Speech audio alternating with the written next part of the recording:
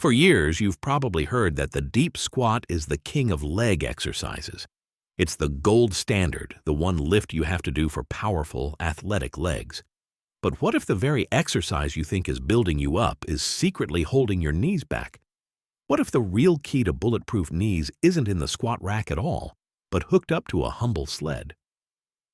We're about to challenge that old-school belief. We're putting the classic deep squat head-to-head with a low-impact powerhouse that's gaining serious traction for one simple reason. It works. This is the deep squat versus the reverse sled drag. And by the end of this, you'll know exactly which one is the smarter choice for building resilient knees for sports and for life. The case for the king. Why we love deep squats. Okay, let's be fair. The deep squat earned its reputation. For decades, it's been a go-to move for building serious lower body strength and muscle.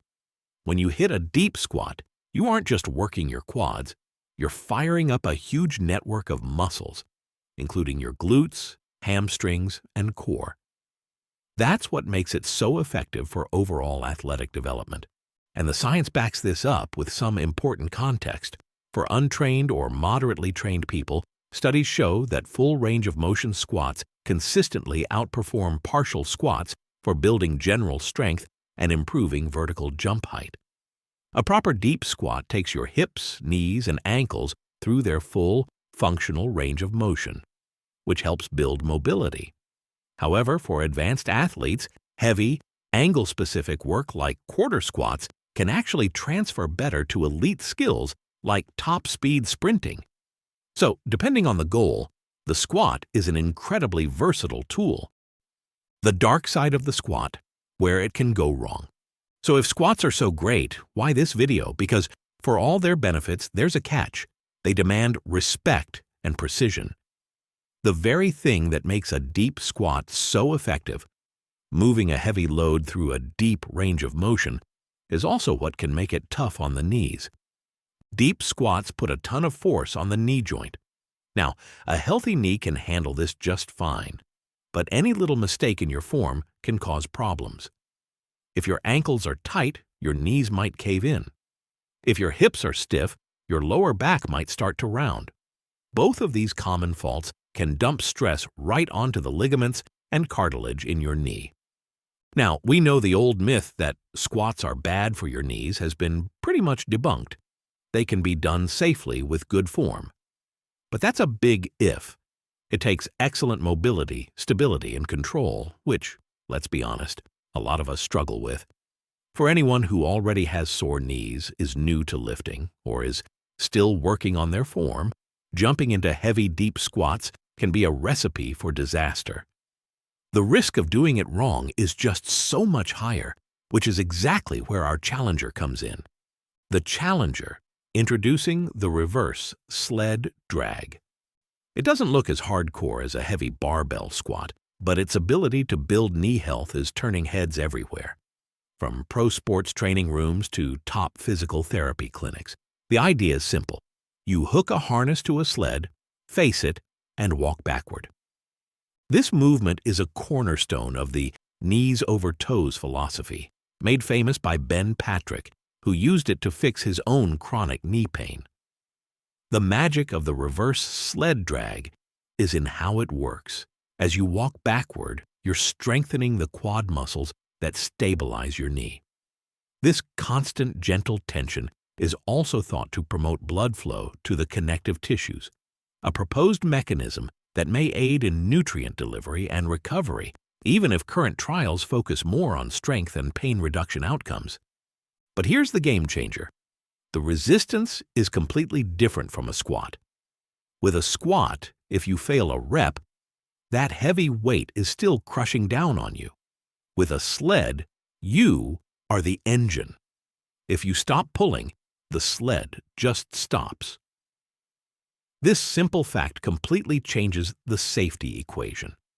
There's no forced downward or eccentric pressure, which is where most muscle strains and injuries happen. This makes it an incredibly safe and joint-friendly way to build serious strength. A quick PSA on equipment. The surface you drag on matters. Smooth turf or concrete is ideal. Rough asphalt can shred your sled's skis and straps. As for sleds, you'll see traditional plate-loaded types, which are great for building friction-based strength, and newer wheeled sleds that offer a smoother, more consistent resistance.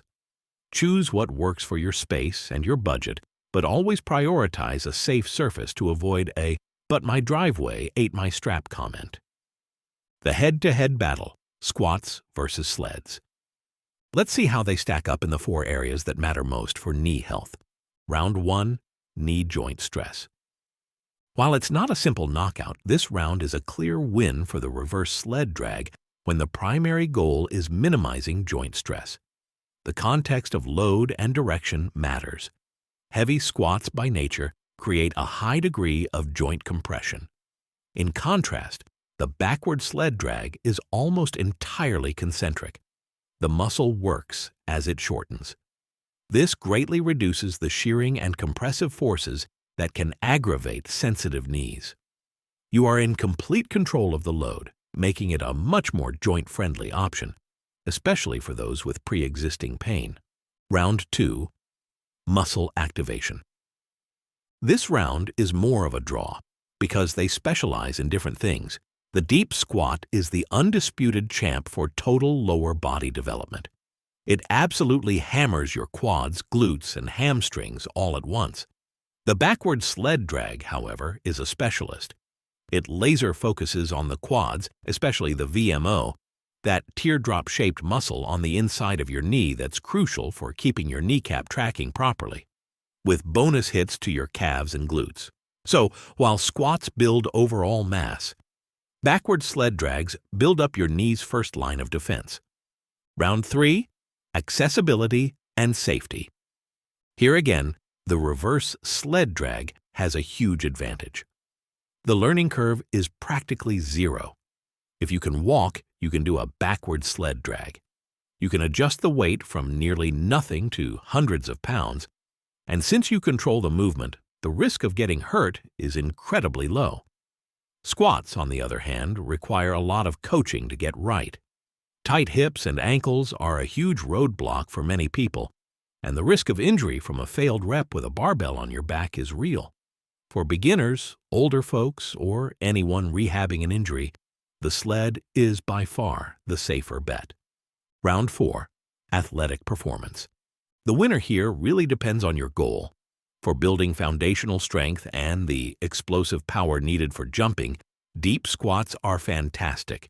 For elite athletes, heavy partial squats might be superior for improving top-speed sprinting. But for building endurance, recovery ability, and all-around functional strength that you can train frequently, the backward sled drag is a monster. It lets you build a massive work capacity and strengthen your legs in a natural pattern, all without feeling wrecked for days like you would from heavy squatting. The verdict and your game plan. So, which exercise takes the crown as the ultimate knee builder? It's not about one being good and the other bad. It's about using the right tool for the job. Use the squat like a sledgehammer, the backward sled like a whetstone. Together, they forge knees that laugh at stairs and sneer at ACL rehab statistics. Here's your game plan. If you have knee pain or you're new to training, start with the reverse sled drag. Make it the foundation of your leg days. Use it to build a solid base of strength and resilience around the knee. Add 10 pounds once you can drag for 5 unbroken minutes pain-free. For general knee health and longevity, use both. Think of backward sled drags as your daily knee vitamin. Do them often at a low intensity to keep the joints healthy. Then, treat squats as your heavy strength work, maybe once or twice a week with a laser focus on perfect form. For the serious athlete, you need both, period. Use deep or partial squats strategically to build your peak strength and power for your specific sport. Use reverse sled drags for conditioning, for active recovery, and to directly bulletproof the knee joint so it can handle those demands. Conclusion. So, the days of thinking the deep squat is the only answer are over. We now know a smarter approach is needed for truly strong and healthy knees. The reverse sled drag isn't a replacement for the squat. It's its essential partner. It fills the gaps, reduces the risks, and gives you a direct, safe path to stronger knees that will last a lifetime. By understanding what makes each of these exercises great, you can build a leg day that's not just more effective, but way more sustainable. What's your experience been?